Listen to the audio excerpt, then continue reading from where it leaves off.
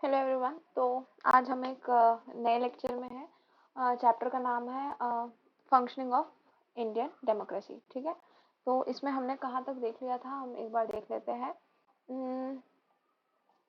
हमने ये सारी चीज़ें कर ली हैं, पावर ऑफ द एग्जीक्यूटिव। ठीक है, इसमें मतलब इससे पहले भी मतलब और ये सारी चीज़ें भी कर चुकी है, लेकिन आई थिंक ये मैंने अच्छे से एक्सप्लेन कर दिया है। मैं ज़रा एक ब्रीफ समरी दे रही हूँ कि अपन ने पहले क्या क्या कर चुका है। तो सबसे पहले अच्छे से बता देती हूँ।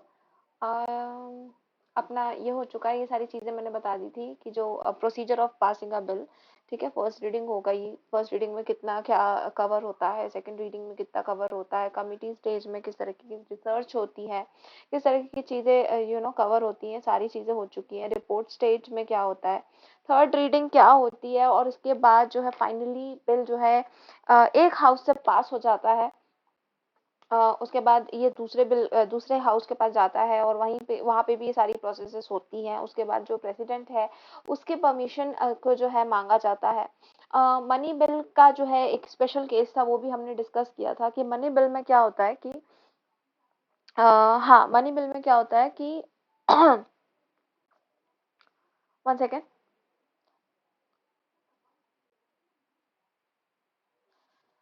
ठीक है, तो मनी बिल में क्या होता है कि जो मनी बिल है वो सिर्फ कहाँ पे पास हो सकता है, सिर्फ लोकसभा में। सिर्फ फाइनेंशियल, हाँ, जितने भी फाइनेंशियल मैटर्स होते हैं, फाइनेंशियल बिल्स होते हैं, वो सिर्फ लोकसभा में ही पास हो सकते हैं, राज्यसभा में पास नहीं हो सकते हैं। लेकिन राज्यसभा के कंसेंट मांगा जाता है, लेकिन उनके पास बेसिकली उनके पास नेग्लिजिबल पावर्स होते हैं। ठीक है, वो वापस कंसिडर करने के लिए दे सकती है। जैसे राज्यसभा के पास अगर बिल जाता है तो वो कंसिडर करने के लिए दे सकती है कि लेट्स सी, एक और बार कंसिडर करो कि ये मनी बिल चाहिए या नहीं, व्हाटएवर। लेकिन अगर फिर भी लोकसभा इस बात पर अड़ी रहती कि हमें मनी बिल चाहिए व्हाटएवर, तो उनको मनी बिल देना ही पड़ेगा, वो भी 14 दिनों के अंदर। लाइक मनी बिल नहीं, मतलब उनको मनी ग्रांट करना पड़ेगा 14 दिनों के अंदर। ठीक है, तो इसमें हम देख सकते हैं कि मनी बिल के मामले में जो है, फाइनेंशियल मैटर्स के मामले में जो राज्यसभा है उसकी पावर्स कितनी कम है। तो ये सच सारी चीजें हमने देखी थी। फिर हमने देखे थे कि एग्जीक्यूटिव जो होते हैं उनके क्या पावर्स हैं, जो प्रेसिडेंट है उसका क्या काम है। ये सारी चीजें हम देख चुके हैं। पावर्स ऑफ द प्रेसिडेंट में हमने देखा था कि दो तरह के मेनली पावर होते हैं। एक दो टाइम बोल सकते हैं, दो टाइम पे जो है प्रेसिडेंट एक अलग अलग तरह का रूल दिखाता है। जैसे कि पहला जो है वो एक ऑर्डिनरी कंडीशंस में है कि ऑर्डिनरी कंडीशंस में पावर किस तरीके से, जो पीस टाइम है उसमें प्रेसिडेंट के क्या पावर्स होते हैं, और same under extra ordinary conditions की पावर जो है इमरजेंसी के टाइम पे किस तरीके से डिटरमाइन किए जाते हैं, मतलब प्रेसिडेंट के पास किस तरह के पावर्स होते हैं एक्स्ट्रा ऑर्डिनरी कंडीशंस में। ठीक है, तो ये सारी चीजें हमने देख ली है। आगे बात करते हैं, पावर ऑफ द एग्जीक्यूटिव में बात कर रहे थे हम लोग। Appointment of prime minister and other ministers की, जो प्राइम मिनिस्टर का जो अपॉइंटमेंट होता है वो कौन करता है, प्रेसिडेंट ही करता है, राइट। तो ये भी क्या है, ये एक पावर है, किसकी पावर है, प्रेसिडेंट की पावर है। तो प्राइम मिनिस्टर की अपॉइंटमेंट करता है कौन, प्रेसिडेंट। और फिर ये दोनों मिलकर, जो प्राइम मिनिस्टर और प्रेसिडेंट है, ये दोनों मिलकर फिर बाकी जो अदर मिनिस्टर्स हैं, इंपॉर्टेंट इंपॉर्टेंट सेक्टर्स के जो मिनिस्टर्स हैं उनको अपॉइंट करते हैं। ठीक है, देन व्हाट, लेजिस्लेटिव पावर्स की बात हो गई। तो यहाँ पे कुछ पावर दिए थे जिसके मैंने नोट्स नहीं लिखवाए थे, क्यों, क्योंकि यहाँ पे ऑलरेडी ये सारे पॉइंट्स में दिए हुए हैं। तो जैसे कि parliament to hold a session हो गया, होल्ड अ सेशन हो गया, या फिर उसको खत्म करना, डिसॉल्व करना, जो भी है, ये सारी चीजें हो गई। और जो काउंसिल ऑफ स्टेट्स के जो काउंसिल ऑफ स्टेट्स यानी कि राज्यसभा के जो 12 मेंबर्स हैं, उनको जो उनको नॉमिनेट करना भी किसका काम होता है, प्रेसिडेंट का काम होता है। तो इस तरह की सारी चीजें मैं पहले पढ़ा चुकी हूँ। फिर फाइनेंशियल पावर्स के मामले में भी हम देखते हैं कि प्रेसिडेंट को जो है मनी बिल्स पे अप्रूव करना, मतलब प्रेसिडेंट से अप्रूवल लेना बहुत जरूरी है मनी बिल्स के मामले में। ठीक है, तो ये सारी चीजें हम कर चुके हैं। अगर हम आगे देखें, तो जुडिशियल पावर्स भी मैंने बता दिया था कि क्या पावर्स होते हैं प्रेसिडेंट के पास। तो chief justice of supreme court और हाई कोर्ट भी कौन अपॉइंट करता है, प्रेसिडेंट अपॉइंट करता है। ठीक है। फिर जो प्रेसिडेंट होता है सुप्रीम कमांडर भी होता है आर्म्ड फोर्स का। नेवी, आर्मी, एयरफोर्स, इन सारी चीज़ों का। पॉलिटिकल पावर्स में भी हमने देख चुका है कि हेड ऑफ स्टेट्स होता है, diplomats and other political delegates, और फॉरेन कंट्रीज के साथ जो डील्स वील्स होती है, वो सारी चीज़ों पर कौन ध्यान देता है? प्रेसिडेंट ध्यान देता है। तो हमने ये सारी चीज़ें देख ली थी। आज हम जो है एक नया टॉपिक कर रहे हैं जिसका नाम है emergency powers of the president. हमने पीछे जितनी भी पावर्स पढ़ी, जितनी भी जो है इम्पोर्टेंट रोल्स देखे हमने प्रेसिडेंट के, तो वो सारे कैसे टाइम पे थे? मैंने बताया था कि दो तरह के जो है, दो अलग अलग टाइम पे जो है प्रेसिडेंट के अलग अलग पावर हो जाते हैं। और वो दो अलग अलग टाइम क्या है? एक पीस के टाइम पे, ठीक है, एक ऑर्डिनरी टाइम पे। एक पीस के टाइम, इन्हें क्या निकाल के रखा है, सॉरी। तो एक पीस के टाइम पे और एक इमरजेंसी के टाइम पे, ठीक है। तो ये ऑर्डिनरी कंडीशंस मतलब पीस का टाइम, ऑर्डिनरी कंडीशन, और एक्स्ट्रा ऑर्डिनरी कंडीशंस मतलब कि इमरजेंसी का टाइम। तो ये जो है दोनों अलग अलग टाइम है, और इन दोनों ही अलग अलग टाइम में प्रेसिडेंट के अलग अलग रोल होते हैं, मैंने जैसा कि पहले बता चुका है। तो हमने इसमें देखा कि जब नॉर्मल टाइम रहता है, जब ऑर्डिनरी कंडीशन रहते हैं, तो कुछ इस तरह के पावर्स होते हैं किसके? प्रेसिडेंट के। हमने ये सारी चीजें देख ली है। अब हम बात करेंगे कि जब ये जो टाइम है, ये इमरजेंसी का टाइम हो जाता है, एक्स्ट्रा ऑर्डिनरी कंडीशन हो जाती है, जब जब इमरजेंसी हो जाती है, देश में कोई मुसीबत आ जाती है व्हाटसोएवर, ठीक है, तब प्रेसिडेंट के किस तरह के रोल्स होते हैं, आज हम वो देखने वाले हैं। So let's start. Emergency powers of the president. So, the president may declare emergency in the country in cases of external aggression, internal armed upsprings, constitutional failures in states of financial crisis. तो जो president है वो emergency कब declare कर सकता है? सबसे पहले तो ये सवाल आता है। सो प्रेसिडेंट में declare emergency in the country in cases of, किस केसेस में? जब एक्सटर्नल एग्रेशन मतलब कि जो है एग्रेशन मतलब गुस्सा होता है, ठीक है। तो एक्सटर्नल गुस्सा मतलब एक्सटर्नल एग्रेशन मतलब कि कोई भी प्रॉब्लम हो चुकी है बाहर से, ठीक है, बाहर से जो है बाहर से इन द सेंस इंडिया के बाहर से, मतलब कोई देश के बाहर से जो है किसी तरह की प्रॉब्लम्स क्रिएट हो रही है। इंटरनल आर्म्ड अपस्प्रिंग्स मतलब कि आर्म्ड मतलब कि कहीं पे भी वर्ड आर्म्ड आ रहा है तो इसका मतलब ये होता है कि जब लोगों के पास बहुत सारे बंदूक, हथियार, ये सारी चीजें आ रही हैं, ठीक है। तो ये सारी चीजें जब आ रही हैं, तो जो लोग हैं इनके चलते दंगे फसाद कर रहे हैं, तो उसे बोलते हैं इंटरनल आर्म्ड अपस्प्रिंग्स। देन अपराइजिंग, ठीक है। देन कॉन्स्टिट्यूशनल फेलियर्स मतलब कि कहीं पे कॉन्स्टिट्यूशन जो है वो फेल हो गया है, तो उसको बोला गया है कॉन्स्टिट्यूशनल फेलियर। वो शायद वो स्टेट्स में भी हो सकता है, और या तो फाइनेंशियल क्राइसिस भी हो सकते हैं, पैसों की बहुत ज्यादा कमी भी हो सकती है।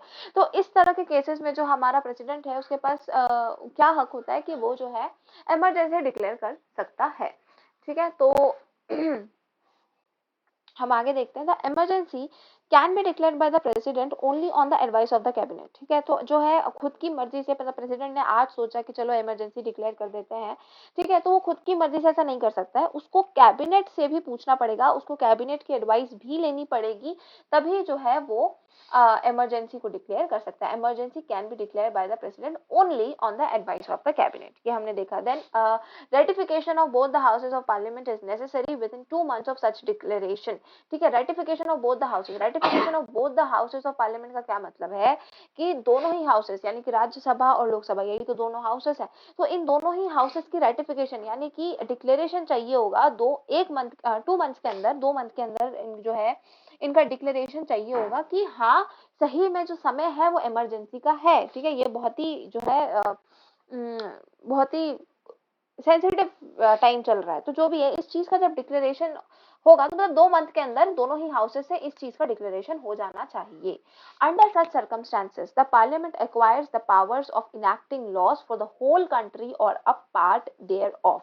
तो अभी यहाँ पे क्या है, मतलब मैंने जैसे बोला कि प्रेसिडेंट का जो पावर होता है वो बदल जाता है अलग अलग टाइम पे, और हम अभी क्या बात कर रहे हैं, जब इमरजेंसी का टाइम चल रहा है।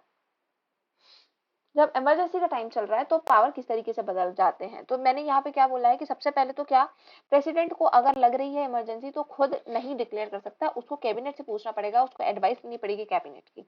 एक बार उसने एडवाइस लेके इमरजेंसी डिक्लेयर कर दी तो डिक्लेरेशन के 2 मंथ के अंतर्गत जो है दोनों ही हाउसेस को ये रेटिफाई करना पड़ेगा कि हाँ ये इमरजेंसी की कंडीशन है।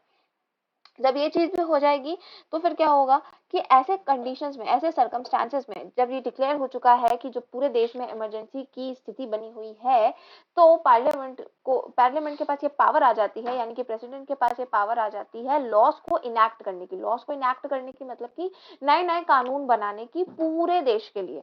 ठीक है, तो ये मतलब है इसका क्या, तो ये पावर है बेसिकली यहाँ पे प्रेसिडेंट की, कहाँ पे, इमरजेंसी के टाइम पे।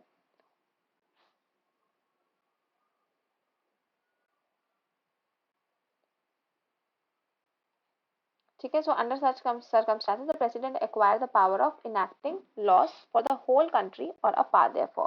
ठीक है, और a part therefore मतलब कि या तो वो पूरे देश के लिए बना ले लॉस, या तो फिर कहीं ऐसी जगह पे जो कुछ ज्यादा ही सेंसिटिव है, ठीक है, तो वहां पे भी वो अपने लॉस बना सकती है। ठीक है,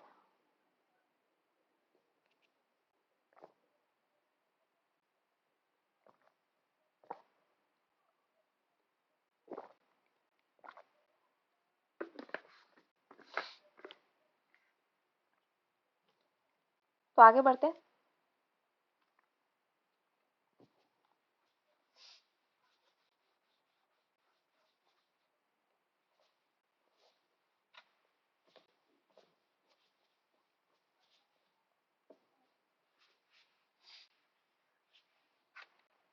1 सेकेंड, कोई प्रॉब्लम आ गई है।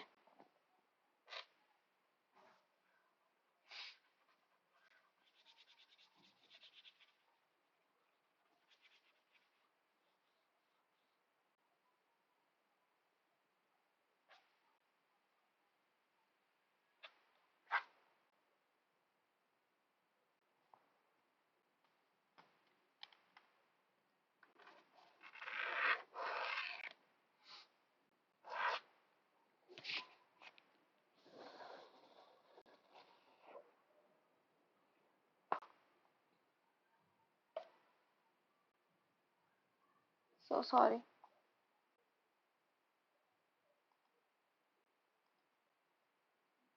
या सो वी हम कहाँ थे, हाँ, तो मैंने बताया कि इमरजेंसी का जो टाइम होता है उसमें प्रेसिडेंट पूरे देश के लिए लॉस बना सकता है। आगे हम देखते हैं, the union government can under such circumstances give directions to the state. तो बेसिकली वही बात हुई कि अगर पार्लियामेंट जो है पूरे देश के लिए लॉस बना सकता है, तो यहाँ पे जो पावर है ये वो किसके पास आई है, बेसिकली यूनियन गवर्नमेंट। तो यूनियन गवर्नमेंट जो है वो सारे स्टेट्स को जो है डायरेक्शन दे सकती है, मतलब ऑर्डर सुना सकती है देश की भलाई के लिए। ठीक है, अब अपन आगे देखते हैं क्या है आगे, फ्रॉम सेकंड पॉइंट पे आते हैं हम। हमने पहले तो देख लिया कि प्रेसिडेंट जो है या फिर पार्लियामेंट जो है, यूनियन गवर्नमेंट जो है, उसके पास सारी पावर्स आ जाती है, अगर इमरजेंसी का टाइम हो गया है तो पूरे देश के लिए जो है लॉस बना सकती है। आगे देखते हैं, from the report of the governor or from any other source, when the president has reason to believe that the administration of a state is not running as per the provision of the constitution, then the president with prior approval of the central cabinet may impose president rule in that state। ठीक है, तो यहाँ पे इन्होंने क्या बोला है कि from the report of the governor, मतलब कि गवर्नर या तो कभी कोई रिपोर्ट दे दे, ठीक है, या फिर किसी और सोर्स से, मतलब गवर्नर के रिपोर्ट से या फिर किसी और सोर्स से अगर कभी भी प्रेसिडेंट को ये रियलाइज होता है या ये बिलीव होता है कि जो एडमिनिस्ट्रेशन है किसी भी स्टेट का जो एडमिनिस्ट्रेशन है वो सही से काम नहीं कर रहा है, not running as per the provision of the constitution. ठीक है, मतलब कॉन्स्टिट्यूशन में जिस तरीके के बातें लिखी हुई हैं उस तरीके से जो है काम नहीं हो रहा है उस स्टेट में, तो प्रेसिडेंट के पास क्या पावर है कि president prior approval of the central cabinet, मतलब सबसे पहले सेंट्रल कैबिनेट के अप्रूवल के साथ, ठीक है, उस सेंट्रल कैबिनेट के जो डिसीजन है, जो भी उससे पूछ पाछ के जो है, उसके पास क्या पावर है कि वो उस स्टेट पे जहां पे सही से काम नहीं हो रहा है वहां पे प्रेसिडेंट रूल को जो है लागू किया जा सकता है, प्रेसिडेंट अपना रूल वहां पे लागू कर सकता है उस स्टेट में। ठीक है, approval of both of the houses of parliament is necessary on any such declaration within 2 months of such declaration। ठीक है, तो approval of both the houses of parliament is necessary, मतलब अगर कभी भी ऐसा कुछ होता है कि प्रेसिडेंट जो है किसी स्टेट पे प्रेसिडेंट रूल डिक्लेयर कर देता है, तो वो मतलब उसकी मर्जी नहीं चल रही है, यहाँ पे दोनों ही जो है लोकसभा हो गया, राज्यसभा हो गया, दोनों ही सभाओं को जो है ये इस चीज को जो है डिक्लेयर करना पड़ेगा या इस चीज को जो है डिसाइड करना पड़ेगा कि हाँ ये चीज सही है with in 2 month of such declaration, ठीक है, 2 मंथ के अंतर्गत। ठीक है, आगे बढ़ते हैं।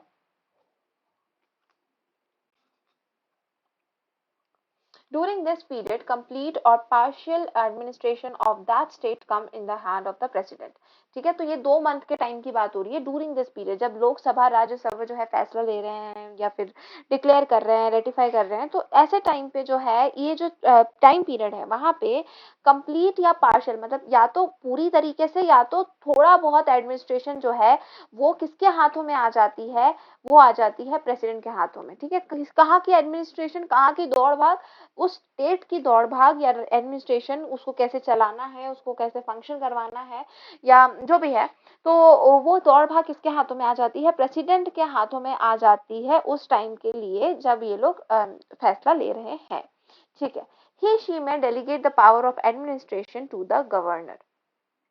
During such period, the power of framing laws vests in the parliament. During this period, the governor enjoys all the administrative powers of the state except the powers of the high court। ठीक है, तो यहाँ पे क्या लिखा, he she may delegate the power of administration to the governor, मतलब कि सारी जो दौड़ भाग का काम आ जाता है वो किस पे आ जा रहा है, हमारे प्रेसिडेंट के ऊपर आ जा रहा है, हमने देखा। तो वो क्या कर सकता है, ही शी मतलब प्रेसिडेंट क्या कर सकता है, ये पावर ऑफ एडमिनिस्ट्रेशन जो है वो गवर्नर को दे सकता है। ठीक है, और ये जो पीरियड है, इस टाइम का जो पीरियड है ये लॉज फ्रेम करने का, जो अब किसके पास लाई करता है, पार्लियामेंट के पास लाई करता है। ठीक है, पार्लियामेंट इस टाइम पे जो है लॉज बना सकती है, फैसले ले सकती है इस जगह के लिए। ड्यूरिंग दिस पीरियड, जो ये पीरियड है, यहाँ पे जो गवर्नर है वो इंजॉय करता है सारे एडमिनिस्ट्रेटिव पावर्स, जैसे कि हमने देखा यहाँ पर, ये मैंने बताया था। तो यहाँ पे जो है गवर्नर सारे एडमिनिस्ट्रेटिव पावर इंजॉय करता है, कहाँ के, उस स्टेट के। ठीक है, जहाँ पे जो है कॉन्स्टिट्यूशन के अकॉर्डिंग चीजें काम नहीं कर रही थी, बेसिकली जिस स्टेट पे प्रेसिडेंट ने अपना रूल बताया है, तो वहां पे उस टाइम पे सारा जो एडमिनिस्ट्रेटिव पावर है वो गवर्नर इंजॉय करता है, एक्सेप्ट एक्सेप्ट याद रखना ये चीजें बहुत इंपॉर्टेंट है, except the powers of high court, मतलब हाई कोर्ट का जो पावर है बस वही वो उसी पे जो है उसका हक नहीं होता, किसका, गवर्नर का। अदरवाइज बाकी सारे जितने भी जो है चीजें हैं उस पे गवर्नर का हक होता है। ठीक है, आगे बढ़ते हैं, थर्ड पॉइंट देख लेते हैं हम। When the president has a reason to believe that several financial emergency has arisen in the country, he she may impose financial emergency in the country। ठीक है, तो पहली चीज हमने देखी थी कि ऐसे नेशन वाइड इमरजेंसी की बात हमने देखी थी कि जो पूरे कंट्री में अगर कोई इमरजेंसी की सिचुएशन आ गई है तो क्या होगा, हमने ऐसे सिचुएशन में देखा कि प्रेसिडेंट की क्या पावर होती है। अब हम देख रहे हैं, फिर हमने सेकंड पॉइंट क्या देखा कि किसी स्टेट में जो है, जो उनका कॉन्स्टिट्यूशन है, मतलब सॉरी, जो वहाँ का जो एडमिनिस्ट्रेशन है वो एज पर कॉन्स्टिट्यूशन रन नहीं कर रहा है, वहाँ की जो फंक्शनिंग है वो कॉन्स्टिट्यूशन के हिसाब से नहीं चल रही है, तो वहाँ पे जो प्रेसिडेंट के पावर है वो हमने देखा सेकंड पॉइंट में। अब थर्ड पॉइंट में हम ये देख रहे हैं कि जब किसी जगह पे बोल सकते हैं, पूरे देश में बोल सकते हैं, फाइनेंशियल इमरजेंसी हो जाए। फाइनेंशियल इमरजेंसी मतलब कि पैसों की कमी हो जाए, बहुत ज्यादा जीडीपी जो है वो गिर जाए, या जो भी है देश की जो संपत्ति है वो गिर जाए, तो क्या होगा, फाइनेंशियल इमरजेंसी हो सकती है और जो प्रेसिडेंट है वो फाइनेंशियल इमरजेंसी को डिक्लेयर कर सकता है।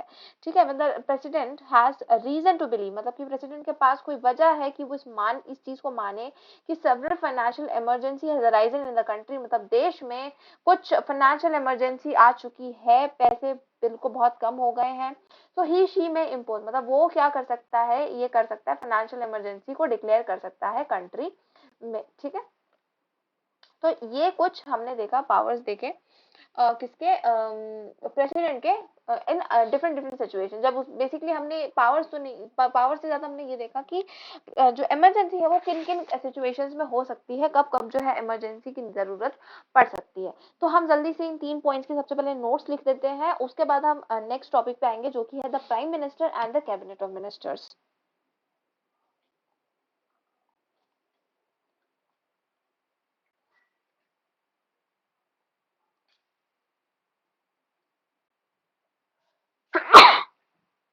सॉरी।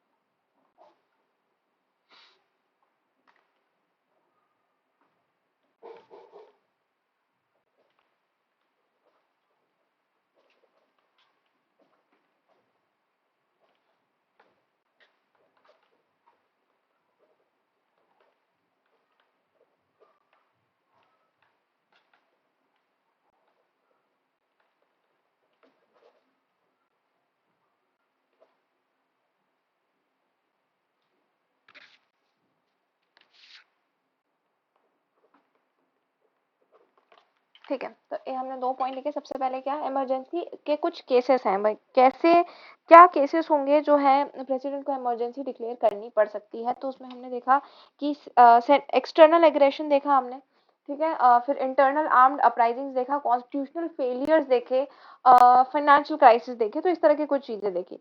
उसमें हम जो सेकंड बात क्या कह रहे हैं कि इमरजेंसी जो है प्रेसिडेंट अकेले नहीं जो है डिक्लेयर कर सकता, उसको कैबिनेट की एडवाइस लेनी पड़ेगी, ठीक है। और जब अब हम थर्ड पॉइंट क्या लिखने वाले हैं, देखो।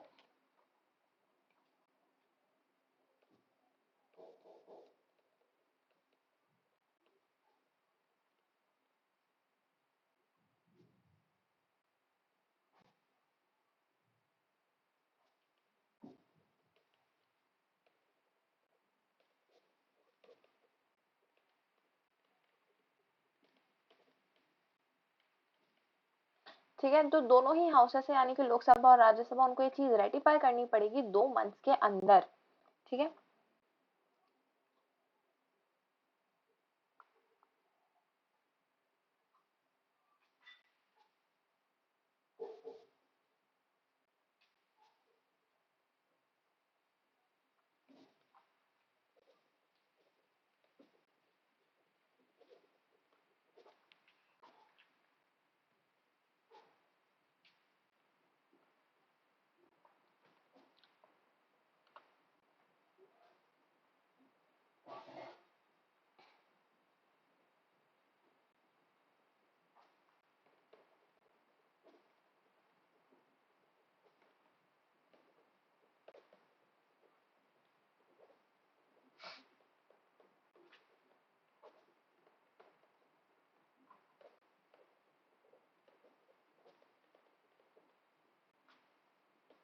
ठीक है, तो जब भी इमरजेंसी का टाइम जो आता है तो उसमें क्या होता है कि पार्लियामेंट जो है वो डिसीजन ले सकता है पूरे कंट्री के लिए, ठीक है। ये चीजें समझ में आ गई, ये हमने अपना फर्स्ट पॉइंट कवर कर लिया। हम सेकंड पॉइंट पे आते हैं।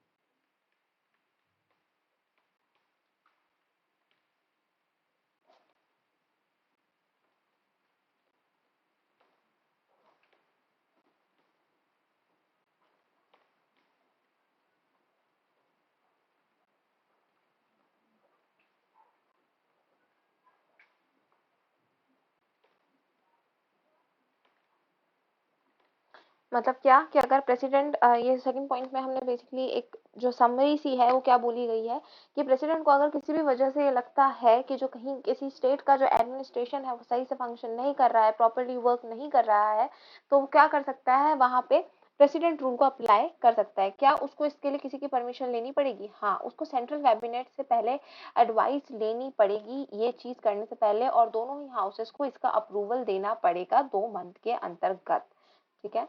सो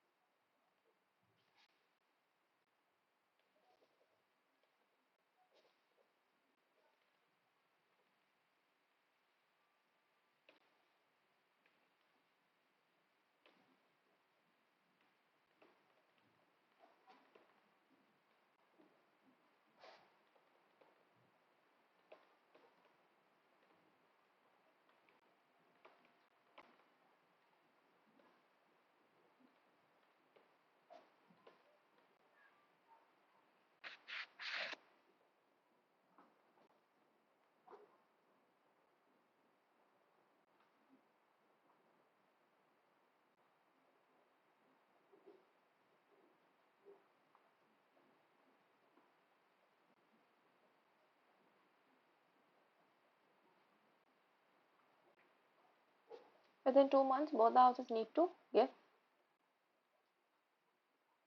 approval.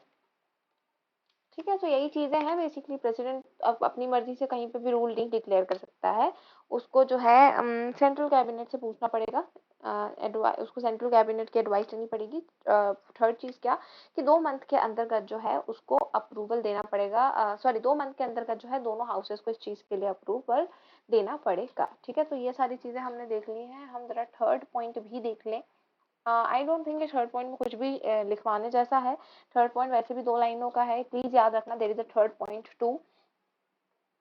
ठीक है, थर्ड पॉइंट क्या है कि जब भी प्रेसिडेंट के पास ये मतलब अगर कभी भी प्रेसिडेंट को लगता है कि कहीं कहीं पे या फिर देश में फाइनेंशियल इमरजेंसी हो गई है, तो क्या कर सकता है, फाइनेंशियल इमरजेंसी डिक्लेयर कर सकता है कंट्री में। ठीक है, तो यही चीजें थी। हमने देखा कि emergency powers of the president हमने देखा। अभी the prime minister and the cabinet of minister, ठीक है, हम प्राइम मिनिस्टर और कैबिनेट ऑफ मिनिस्टर के बारे में अब देखने वाले हैं। So let's see.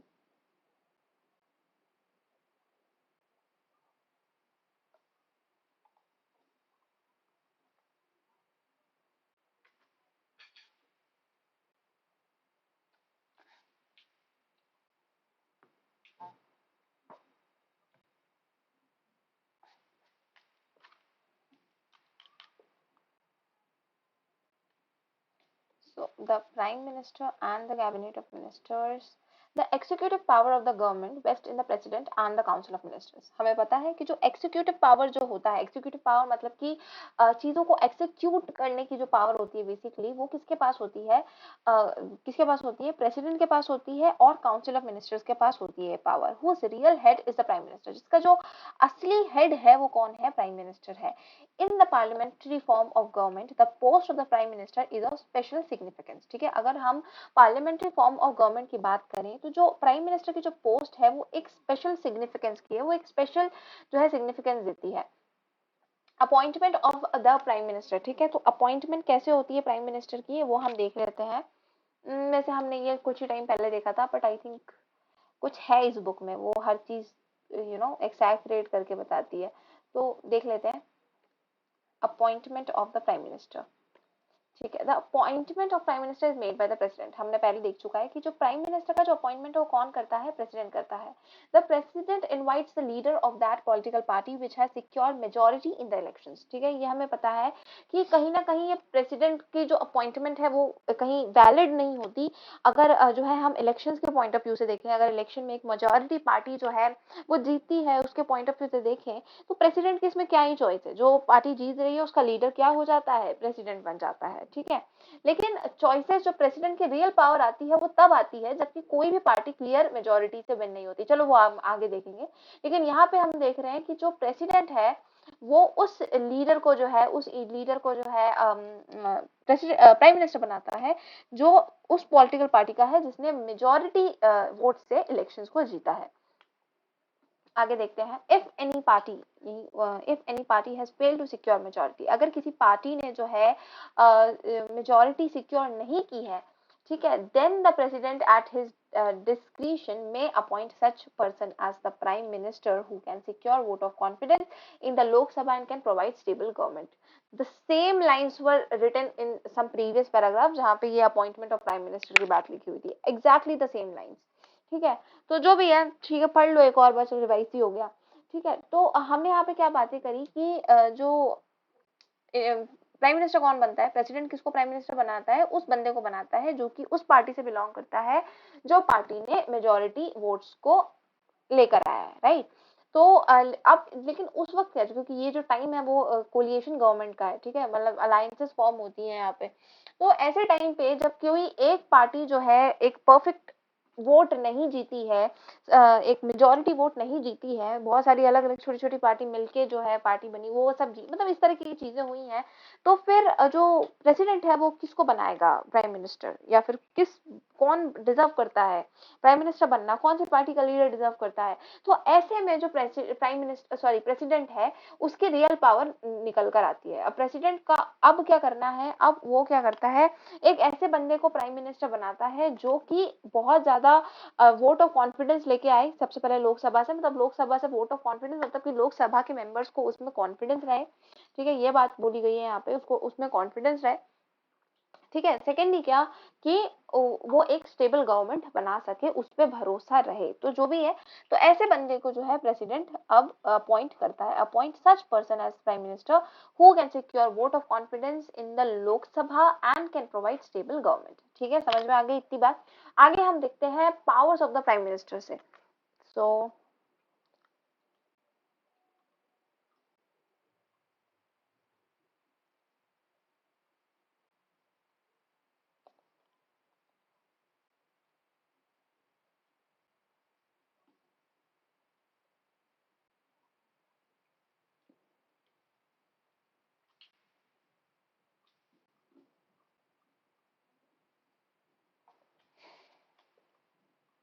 I don't think कि मुझे इसके नोट्स लिखवाने की जरूरत है यहाँ पे, जो ये पैराग्राफ है, बट फाइन, यहाँ पे प्राइम मिनिस्टर की बात चालू ही हुई है तो मैं लिखवा ही देती हूँ।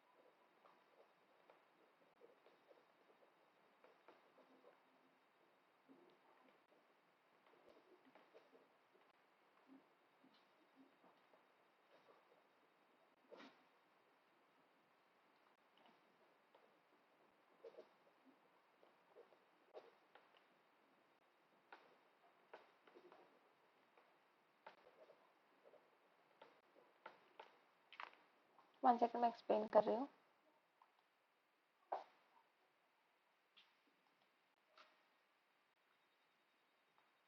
ठीक है, तो हमने क्या बोला सबसे पहले कि जो प्राइम मिनिस्टर है उसका काम होता है प्रेसिडेंट को अपॉइंट करना। ठीक है, नाउ प्रेसिडेंट जो है, president appoints the leader of the political party which has secured majority in the elections. ठीक है, तो प्रेसिडेंट उस बंदे को अपॉइंट करता है, उस बंदे को जो है प्रेसिडेंट अपॉइंट करता है जो कि लीडर हो उस पॉलिटिकल पार्टी का जिसने मेजॉरिटी इलेक्शन जीती है। ठीक है, थर्ड इंपॉर्टेंट पॉइंट क्या है यहाँ पे अगर अपन देखें तो, हम्म,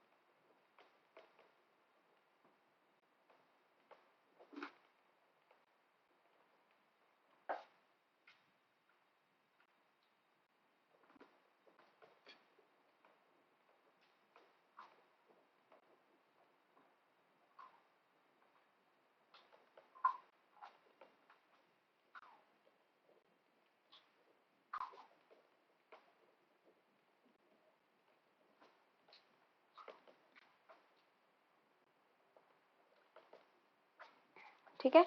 अगर पार्टी जो है वो फेल, मतलब कोई भी एक पार्टी जो है फेल हो जाती है बहुत सारी मेजोरिटी को जीतने में, बहुत सारी मेजोरिटी वोट्स को जीतने में, तो क्या होगा कि